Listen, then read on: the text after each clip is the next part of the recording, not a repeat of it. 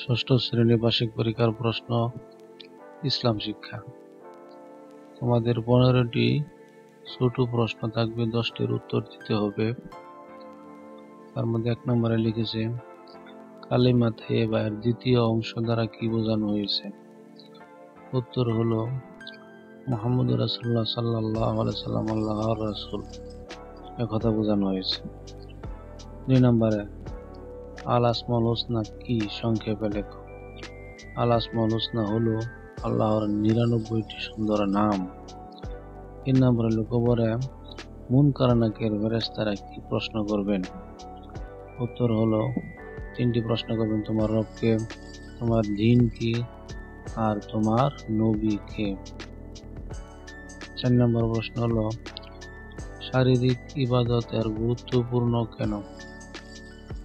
শারীরিক ইবাদত গুরুত্বপূর্ণ কারণ এতে দেহ মন পবিত্র হয় এবং আল্লাহর নৈকট্য লাভ হয়। 5 নম্বর অপবিত্রতা থেকে পবিত্র অর্জনের উপায় কি কি? এই যে ওযু, গোসল, তায়াম্মুম। 6 নম্বর সালাতের নৈতিক শিক্ষা সম্পর্কে ধারণা দাও। সালাতের নৈতিক শিক্ষা হলো সততা, শৃঙ্খলা, ধৈর্য, আল্লাহর ভীতি। 7 নম্বরে সূরা আল ফালাক এর সংক্ষিপ্ত পরিচয় লেখো। সূরা আল ফালাক মন্দ ও অশুভ থেকে আল্লাহর কাছে আশ্রয় প্রার্থনা সূরা। 8 নম্বরে বলতেছে প্রথম মাখরাজ জাওফ এর বিবরণ দাও। বলতেছে প্রথম মাখরাজ জাওফ জিহ্বার গোড়া ও গলার উপরের অংশ থেকে উচ্চারিত হরফের স্থান। 9 নম্বরে সূরা আল আসরের শানে নুজুল লিখো। এই হলো শানে নুজুল। 10 নম্বরে আখলাক কি, সংক্ষেপে লিখো। মানুষের ভালো চরিত্র, গুণ ও আচরণকে আখলাক বলা হয়। 11 নম্বরে পিতামাতার জন্য কোন দোয়া? এটি। 12 নম্বর প্রতিবেশী কাদের বলে? এই হলো উত্তর। 13 নম্বর হযরত মুহাম্মদ সাল্লাল্লাহু আলাইহি ওয়াসাল্লাম জন্ম ও পরিচয় সংক্ষেপে লিখো। তিনি মক্কায় 570 খ্রিস্টাব্দে জন্মগ্রহণ করেন। বংশে কুরাইশ। পিতার নাম আব্দুল্লাহ, মায়ের নাম আমিনা।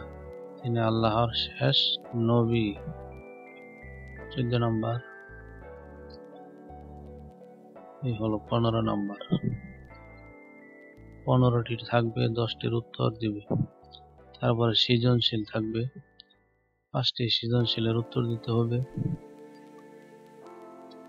এই হলো 1 নম্বর সৃজনশীল থাকতে পারে। তার মধ্যে 4টি প্রশ্ন থাকবে, ক, খ, গ, ঘ। আসমাউল হুসনা অর্থ কি? আল্লাহর সুন্দরতম নাম সমূহ। ক নম্বরে আল্লাহ তাআলার মালিক নামের অর্থ ব্যাখ্যা করো। এই হলো উত্তর। ছোট গতে বলতেছে আল্লাহ পাকের আলিম গুণের দ্বারা ওই মি আলী নূর ও মিস সুমা কি শিক্ষা লাভ করে? ওই এখানে এই কথাগুলি বলে আছে। তারপর সংক্ষেপে এখানে উত্তর দিয়ে দিয়েছে। বড় গ উদ্দীপক থেকেই এটাতে 4 নম্বর, তাই একটু বড় প্রশ্ন। তারপরে আছে আরেকটি সৃজনশীল পড়বে। এখানে প্রশ্ন করেছে আখলাক শব্দের অর্থ কি? আখলাক শব্দের অর্থ চরিত্র, স্বভাব বা আচরণ।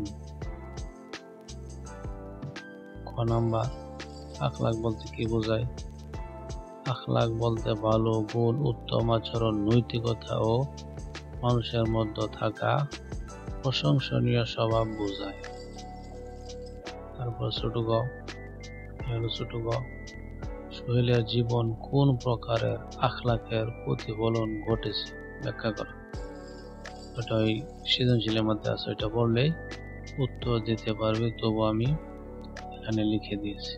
3 নাম্বার ছোট করে দিয়েছি। তারপরে 4 নাম্বার বড় গ হল উত্তর, এটার মান হবে 4।